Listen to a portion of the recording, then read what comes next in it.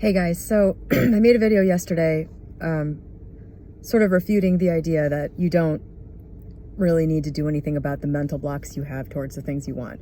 There's this idea in the manifesting community kind of being spread around, a harmful belief, I believe, that you can just bypass any issue that you have that's been preventing you from getting something by just imagining something the way you want it to be. It will just happen then. And I think this is a nice idea.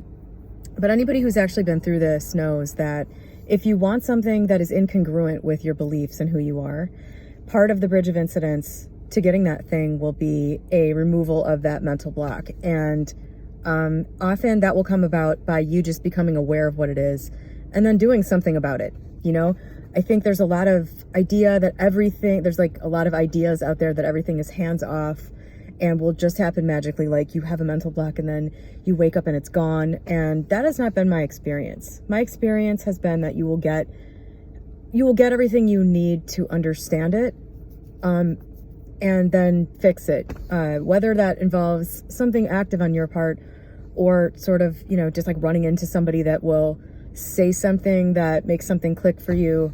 But the law itself would have to be violated in order for you to create something in the outer world that is not a reflection of you and who you believe you are and your beliefs and all that stuff. So people were saying, how do I do this? Basically, how do you remove mental blocks? And so here, the simple response to that is that a mental block is just a belief that you have that is incongruent with the thing that you want to get. So thus you have to change that belief into something that is congruent with the thing that you want. And obviously that is an oversimplified response to that. So I will attempt to go into it more, because really the important thing is somehow figuring out what the thing is that's blocking you and then changing it. And the figuring out what it is part can be challenging, as challenging as figuring out how to change it. But so the only thing I can speak to here is my own personal experience. And so I've had three big things that I've changed, or three big areas of my life that I've changed: the relationship area, my physical body, and my money financial situation. I went from being absolutely bankrupt. I went bankrupt in my mid-20s and then basically immediately went bankrupt again 3 years later. And so that was a pretty dire state of affairs.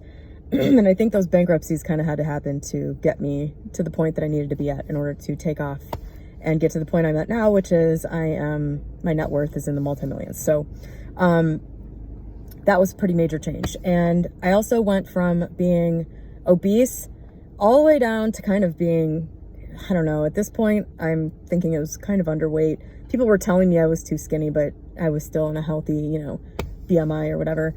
And then now I'm just sort of at my genetic set weight according to 23andMe, which I'm not sure what I want to do with yet. And so I did that, which was a major shift. And there were some major mental blocks there I had to get rid of. And I also went from being single and 40 to being engaged at 42 and happy. And so I had some specific blocks in each of those areas, and I'm going to, I don't script these videos, so I'm just talking, I'm off the cuff here. So I'll do the best I can. But with the money stuff, that was a process. That was my my most undisciplined and irresponsible area, but it wasn't an area that I felt defined my self-worth much. And it wasn't something that I felt was really important in the ways that I felt those other two things were important. So that was where I started, and that was the easiest thing. And I think for me, the only thing that was ever an issue there was my believing in myself in terms of what I could do. I think for the first, probably, I had an intention around 19 that I wanted to be an entrepreneur. I wanted to work for myself. Really, all I wanted to do was just not have to go to a job. I wanted the freedom to plan my own schedule and to not have a cap to how much I could earn. Basically, freedom was the name of the game with that. And so pretty rapidly, I was able to start to achieve that to kind of a poverty degree. But at least I didn't have to go to a job. And it wasn't until I started getting, older and more responsible and wanting bigger and better things that I would run up against these walls of whether or not I was like smart enough or capable enough to do those things. And as they came up, I just had to get past it. You know what I mean? There's not a real, there's not a technique here. There's not, step 1, step 2, step 3. You have to take the time to understand yourself and what your motivations are and why you're doing things. And, you have to get to a point where you are familiar with, how you view yourself in relation to the thing that you want to get. So what I wanted was more and more money. I had to see myself as somebody, I had to be able to take myself seriously as somebody that could do those things. And a lot of the time it was just a matter of kind of having to fake it until you make it, just saying, hey, I can do this, reflecting on past things I've done that were successful. I'm smart. I have some evidence of that. I've done well in school, whatever I could come up with to just kind of say, hey, there's a lot of dipshits out there that do stuff like this. I'm definitely smarter than them. I had to become confident with myself. And really, it's just a matter of deciding that you are something. There's a lot of techniques out there about how to do that.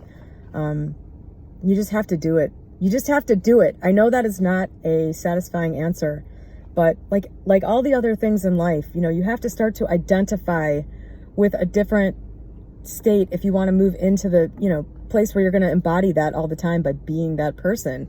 This is sort of Neville Goddard in a nutshell. But I just had to have confidence in myself that I would figure it out along the way.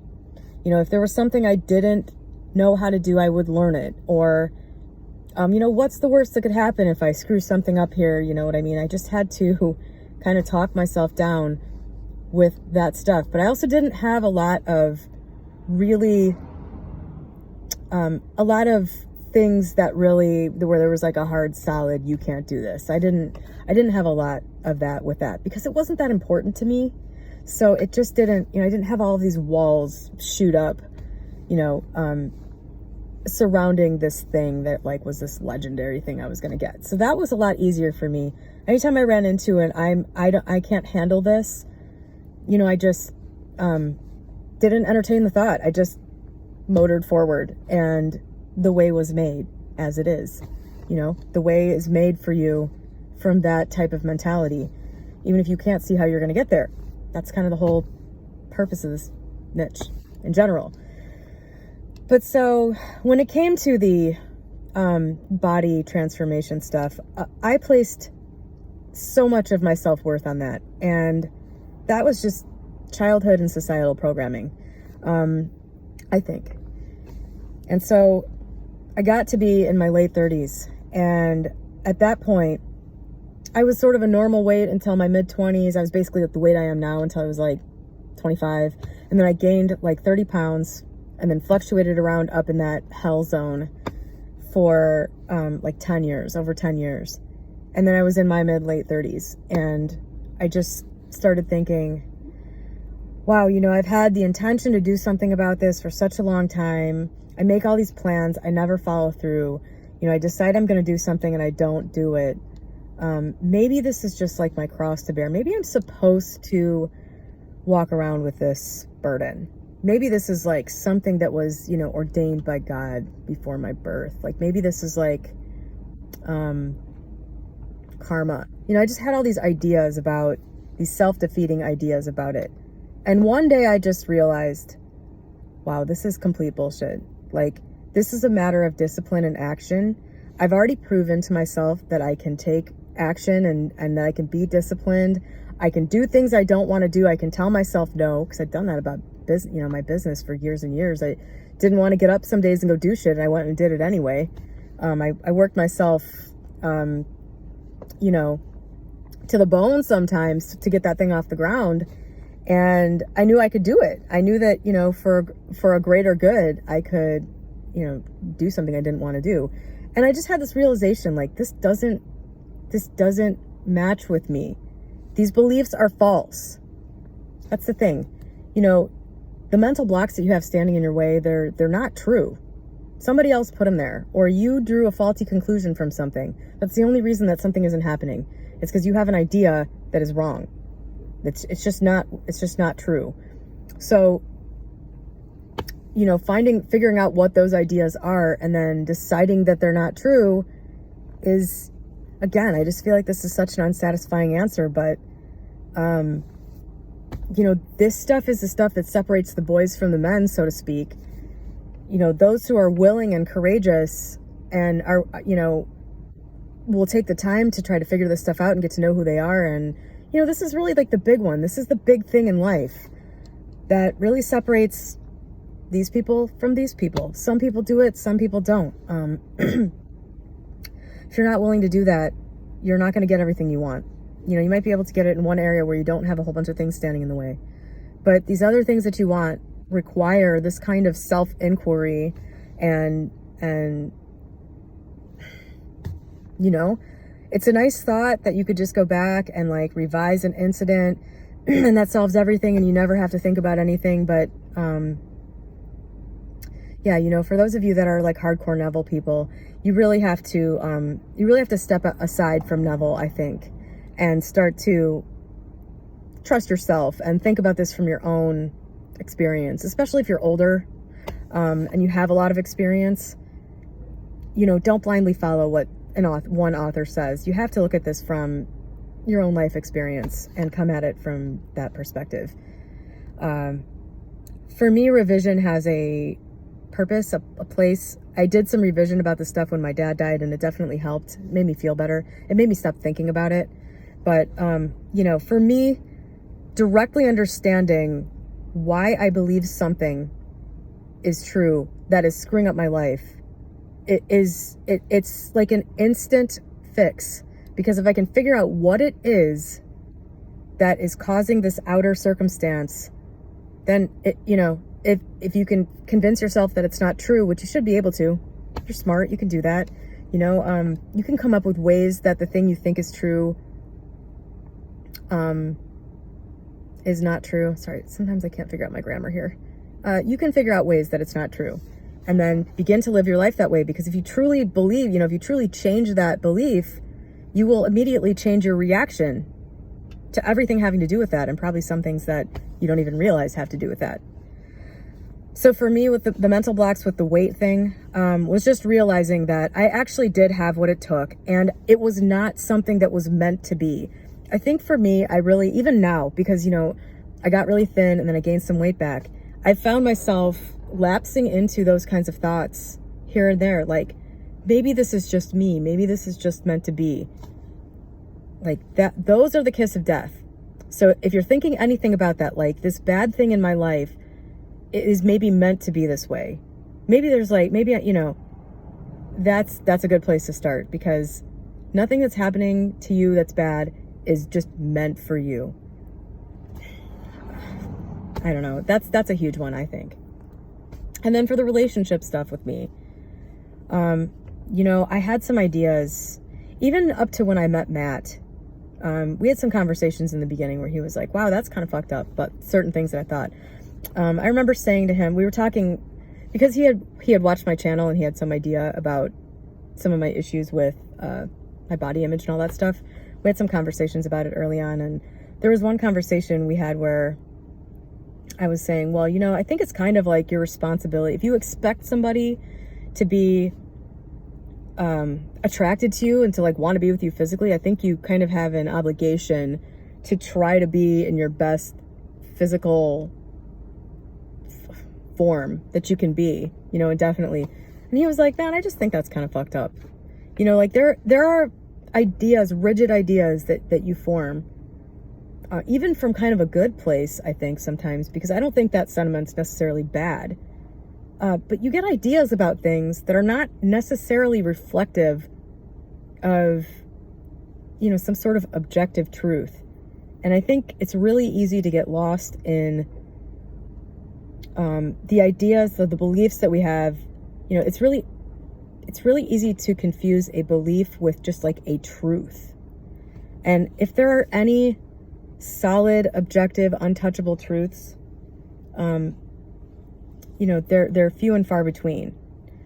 So most of the things that you're thinking are not truth. They're just truth for you, and it's just a belief that you have. So with the relationship stuff for me, I had to, I think, also deal with the I'm cursed thing there. I was 40 and single. I hadn't dealt with a lot of things yet that I didn't know were there. And I found myself 40 and single. And, at that point I started to think, am I meant to maybe just like spend my life alone?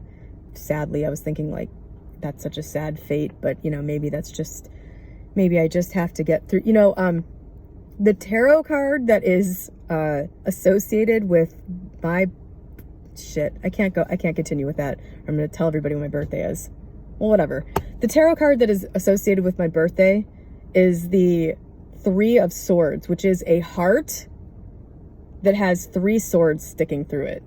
And the word that I think represents that card is sorrow. So I was like, okay, well, my representative tarot card, I'm not even into tarot, but this is just like one of those things that like, I'm like, well, there's another piece of evidence. My tarot card is sorrow, and it's a heart with 3 swords through it. So maybe like heartbreak is just kind of like my fate,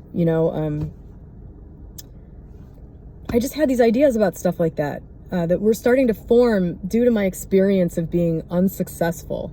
And really, the only thing that was preventing me from being successful and finding a relationship that was good for me was devaluing myself. And I felt truly like I just wasn't a person that was good enough to deserve that kind of thing.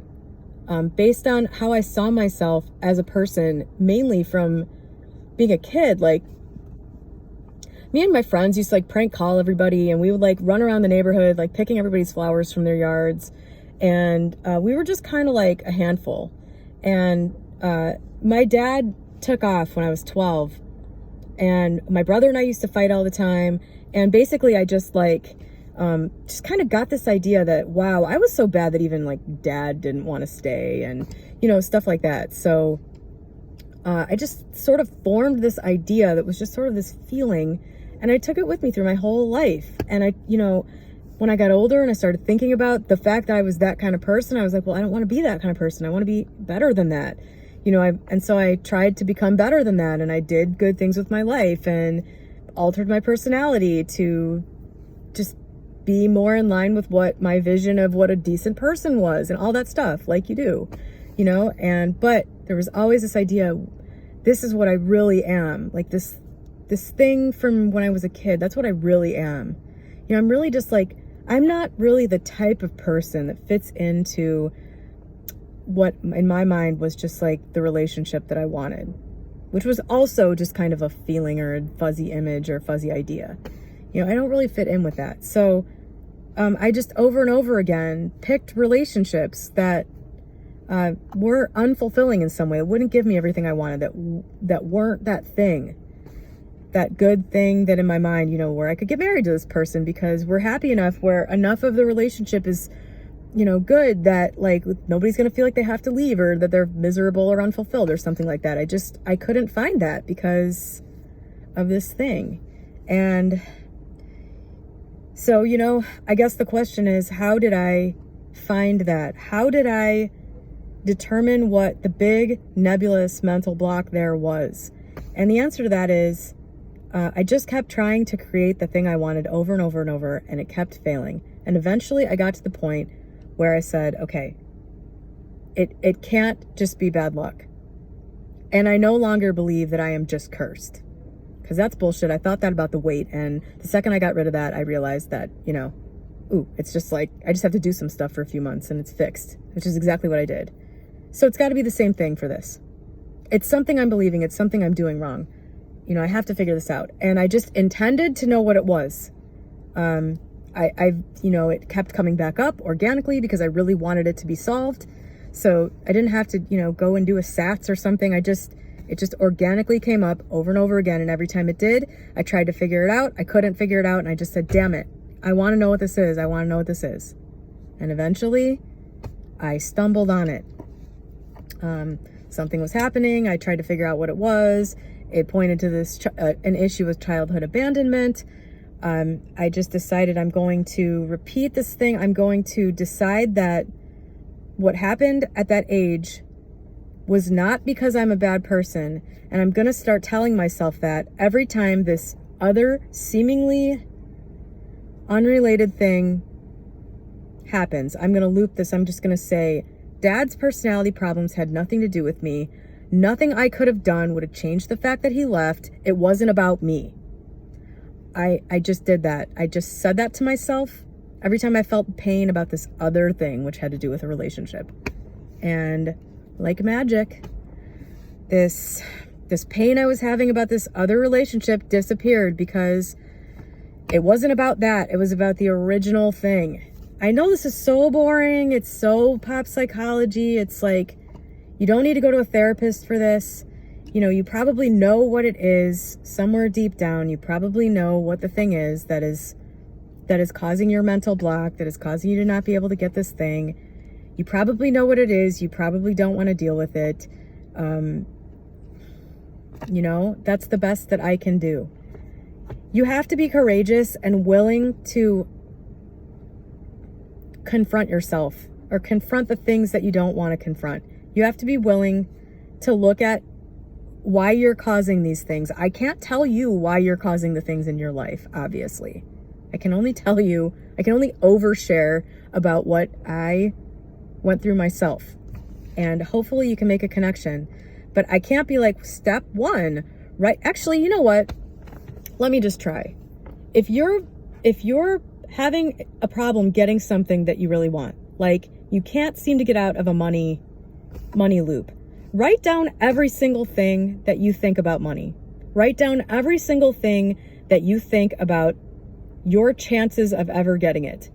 Write down every single thing that you feel about yourself in terms of capability.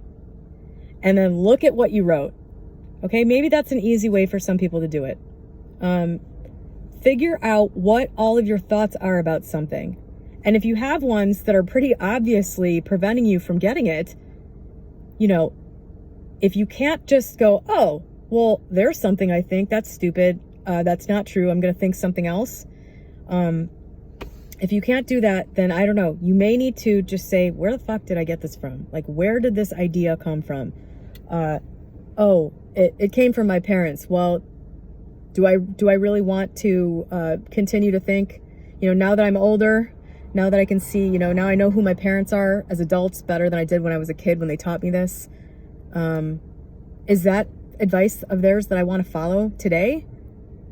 You know, is that, now that I know more about them, is that something that I want to, you know, are they people that I whose money mentality I want to emulate? The answer is probably not, if it's something that's preventing you from getting what you want, you know. Parents do the best they can, but they teach you a lot of stuff that doesn't have anything to do with you. It doesn't have anything to do with the reality that you actually want to create. You know, it has to do with their experience, their upbringing, their strengths and weaknesses. So, you know, maybe that's the best way for some people to do that. I don't do that. I've just gone, you know, I've just sort of intended for it and gone to this, you know, it's been a simpler thing for me. It's been easier for me to look at what I'm doing and sort of not bullshit myself about what it is that I'm thinking, you know. And sometimes, I'm sorry to say this is also very unsatisfying. Sometimes you just have to sit with it for a while. You know, sometimes it doesn't just come right up. Sometimes you just have to be patient and allow things to transpire to get you there. It's not always an instantaneous fix. That is the best that I can do on this topic. I am not a, you know, I'm not a therapist or a psychologist or a psychiatrist or any of that stuff. So I'm sure there are techniques out there, you know, things that you can do maybe to just get some of this stuff to come up more easily. But that's how it's worked out for me. You know, when you run up against something, you know, a barrier, like you want something and it's just not coming, you're just not getting it. There's something, because I promise you, there is somebody dumber than you, uglier than you, with a worse personality than you, who has all the shit that you want. Probably hundreds of people who who don't have what you have, who have a worse history, who have a more toxic childhood, who have done worse things, you know, to be ashamed about, and they have the things that you want. So it's not you, it's not anything about you that's preventing you from getting what you want. It's what you're thinking about yourself that's preventing you from getting what you want. So I hope that helped somebody. Please leave me comments if you want, if I said something here and didn't like fully flesh it out and you want me to. It's actually really helpful when people leave me comments about stuff that like they want, you know, I didn't talk about, because that, you know, helps me have a topic for a video. I like making these every day. It's helpful for me. It keeps me in the right mental place towards everything. So, but yeah, it does. Eventually, if I'm not like lately, I've just been laying around watching The Handmaid's Tale. And like every night I'm almost through 3 seasons of it, and I just started it like a week ago. So like all I've been doing is watching TV. I haven't been reading anything. I haven't been thinking about anything. So like, I don't really have anything on my mind about this. So it really helps that, to run across something on like a subreddit or for somebody to leave me a comment. Anyway, have a great day.